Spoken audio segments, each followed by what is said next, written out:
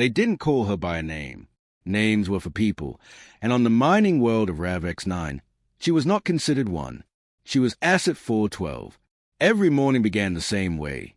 Chains rattling, electric collars humming softly against bare skin, guards shouting orders that barely mattered. She worked until her arms shook, until her lungs burned from the toxic dust floating through the air. When she collapsed, she was kicked back to her feet. RavX-9 was not officially a slave world. On paper, it was an industrial labor colony. In reality, it was hell with paperwork. Asset 412 had once had a life, a family, a name. Her real name was Alara. She barely remembered what it felt like to hear it spoken with kindness. Her captors called her weak, broken, worthless. They laughed at the scars on her back and mocked the way her leg dragged after an old injury that had never been treated. She's defective, one overseer said often. Too slow. Too fragile. She learned to stay silent. Silence meant fewer beatings. One day, rumors spread through the labor camp.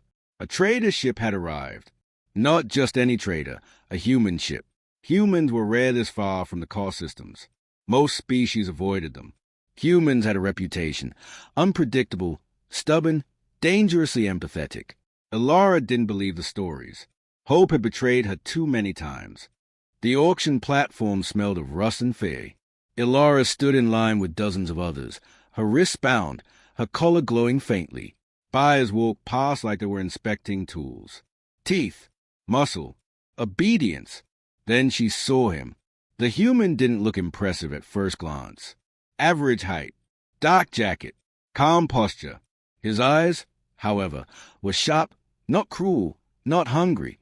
His name was Daniel Harper. When his gaze met Alara's, something strange happened. He didn't look away. Most buyers avoided eye contact. It made ownership uncomfortable. Daniel held her stare, and in that moment, Alara felt exposed in a way she hadn't felt in years. She's damaged, the auctioneer said quickly. Bad leg, low stamina, cheap. Daniel frowned. What happened to her? He asked. The question stunned everyone. No one ever asked that. The auctioneer replied. She broke. Doesn't matter how. Daniel nodded slowly. I'll take her. The sale was quick, cheap, almost insulting. When the guards handed Daniel the control remote for Alara's collar, they waited for him to activate it. He didn't. Instead, he pressed a different button. The collar powered down. The chain locks opened. Alara gasped as metal fell away from her wrists. You're not property, Daniel said quietly. You're coming with me. By choice. Her legs gave out.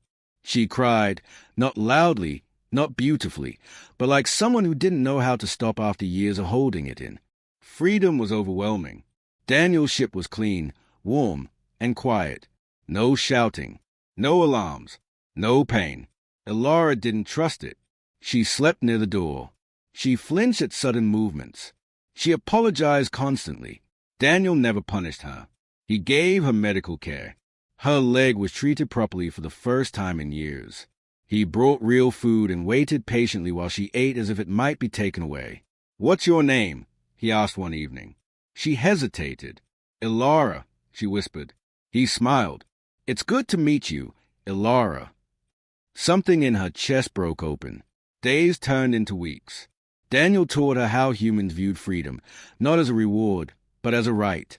He never forced her to work, never raised his voice, never touched her without permission. Slowly, Alara began to stand straighter. She learned to laugh again. She learned that kindness could be real. But the universe does not like stolen hope. The slavers came for her. They tracked Daniel's ship, demanding their asset back. They brought weapons, contracts, authority badges. Daniel stood alone at the docking bay entrance. She's not yours, he said. They laughed. Humans, Alara learned, were gentle only until kindness failed.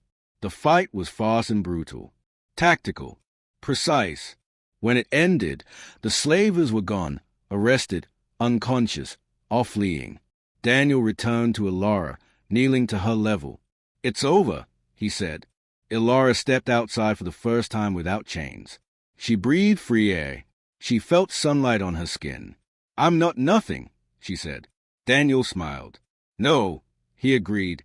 You never why. Across the stars, whispers spread. Humans don't just free slaves. They give them lives.